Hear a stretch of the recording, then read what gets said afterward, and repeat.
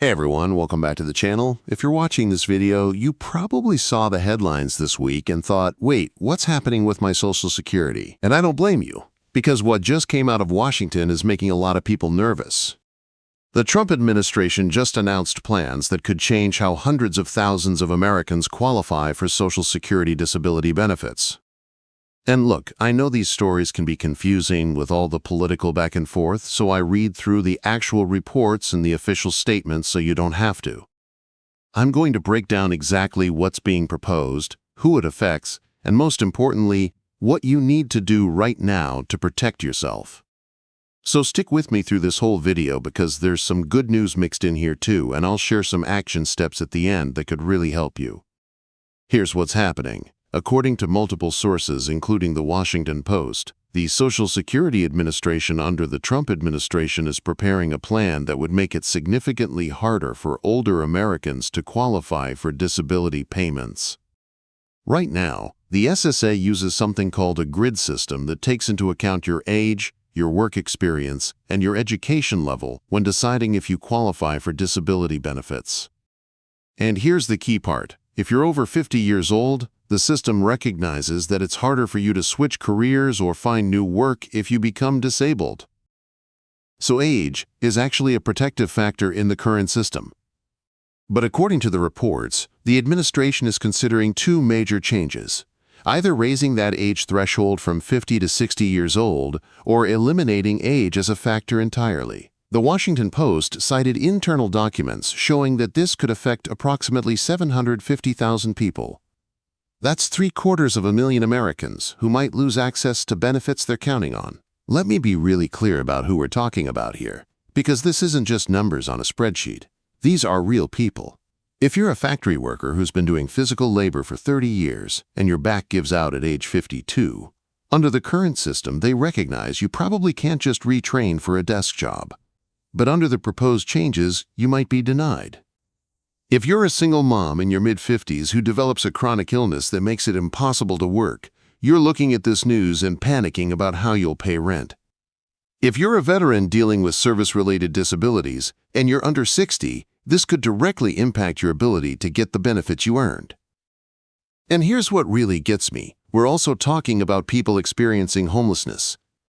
Just 2 days ago, another report came out that the Trump administration abruptly ended federal support for a program that was helping disabled people who are homeless or at risk of homelessness access their benefits. This was described as a, quote, highly effective intervention, and they just cut it without warning. So let's talk about the reasoning behind these proposed changes. The administration's argument is that they're trying to reduce fraud and make the disability system more efficient. In fact, earlier this year in August, the White House put out a statement saying they've identified more than $1 billion in cost avoidance and efficiencies in Social Security this fiscal year. They're framing this as protecting taxpayer money and streamlining a system they say has too much waste. And look, I think we can all agree that fraud is bad and efficiency is good. Nobody wants their tax dollars wasted. But here's the problem. Making it harder for genuinely disabled people to get help isn't the same thing as stopping fraud. You're throwing out the baby with the bathwater. The current age consideration exists for a reason. Study after study shows that workers over 50 face real barriers to reemployment, especially if they have limited education or have only worked in physical labor jobs. The system isn't being generous, it's being realistic. Here's what else is happening that you need to know about. Back in August, the administration also announced plans to cut supplemental security income, that's SSI, for nearly 400,000 low-income disabled and older people. This is a separate program from Social Security disability, but it serves some of our most vulnerable neighbors, disabled children, elderly people living in poverty, adults with severe disabilities. The proposed rule would reduce or eliminate benefits for people who live with family or friends. So if you're disabled and you move in with your sister because you can't afford rent, they want to count that as in-kind support and cut your check. Think about how cruel that is. We should be encouraging families to help each other, not punishing them for it. So when you add it all up, the disability age changes, the SSI cuts, the elimination of homeless outreach support, you're looking at potentially over 1 million Americans who could lose benefits or have a much harder time accessing them. Okay, deep breath, because I promised you some good news, and there actually is some. First, these disability changes are still just proposals. They haven't been finalized yet. That means there's still time for public comment, for advocacy groups to push back, and for Congress to intervene. Your voice actually matters here. More on that in a minute. Second, President Trump has repeatedly stated that he will not cut Social Security retirement benefits. Back in March, the White House put out a fact-check statement saying the Trump administration will not cut Social Security, Medicare, or Medicaid benefits. Now, you'll notice they're talking about retirement benefits specifically, not disability. But it's worth noting that full benefit cuts aren't on the table. Third, there has been some genuinely good news this year. The Social Security Fairness Act, which passed with bipartisan support, has already sent over $17 billion in payments to more than 3.1 million eligible beneficiaries, 5 months ahead of schedule. This helped people who were being unfairly penalized, including many retired teachers, firefighters, and police officers. And finally, the Social Security Administration has been working on improving customer service. They've rolled out better phone systems and automation that's actually helping people get through to a human faster. I know that sounds small, but if you've ever spent 4 hours on hold trying to talk to someone at Social Security, you know that matters. All right, here's your action plan. Whether you're currently receiving benefits, you're thinking about applying, or you're just worried about the future, here's what you should do. Number 1, document everything. If you have a disability or health condition that affects your ability to work, start keeping detailed records right now. Doctor's notes, medical tests, work restrictions, all of it. The harder they make the system, the more documentation you'll need. Number 2, if you're over 50 and you're thinking about applying for disability, you may want to apply sooner rather than later, before any rule changes take effect. Applications take time to process anyway, so getting in the queue now could protect you under the current rules.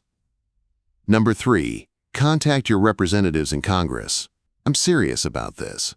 Call your senators, call your House member, and tell them you oppose changes that would make it harder for disabled Americans to get benefits. Congress has oversight over Social Security, and they're hearing from lobbyists. They need to hear from real people too. Number 4, if you're already receiving benefits, stay informed, but don't panic. Changes to disability rules typically affect new applicants, not people already in the system. But do watch for any letters from Social Security and respond to them promptly. Number 5, connect with advocacy organizations. Groups like the National Organization of Social Security Claimants, Representatives, the Center on Budget and Policy Priorities, and disability rights organizations are fighting these changes. They have resources, they're tracking developments, and they can help. Look, I'm not going to sugarcoat this. If you're someone who relies on Social Security disability benefits, or you might need them someday, the next few months are going to be important. These proposed changes would make an already difficult system even harder to navigate. But here's what I want you to remember. You're not alone. There are millions of Americans in the same boat, and there are people fighting for you. Advocacy groups are already pushing back hard on these proposals. Members of Congress are speaking out. And channels like this one are going to keep you updated every step of the way. The disability system exists because we as a society decided that people who can't work due to medical conditions shouldn't be left to suffer. That was a moral choice we made as a country, and it's worth defending. So please, take care of yourself. Check on your friends and family who might be affected. Share this information with people who need it. And remember, knowledge is power. The more you understand what's happening, the better you can protect yourself and advocate for change. If this video helped you understand what's going on, please give it a thumbs up so more people can find it. And if you haven't subscribed yet, click that subscribe button and turn on notifications so you don't miss updates on Social Security, disability, SNAP, housing help, and all the other programs we cover. I've also got other videos that might help you. I'll link to our complete Social Security disability guide in the description, plus our video on how to appeal if you get denied. These resources have helped thousands of people, and they're completely free. Drop a comment below and let me know. Are you worried about these changes? Have you had experience with the disability application process? I read every single comment, and your stories help other people realize they're not alone. Thanks so much for watching, and I'll see you in the next video. Take care of each other out there.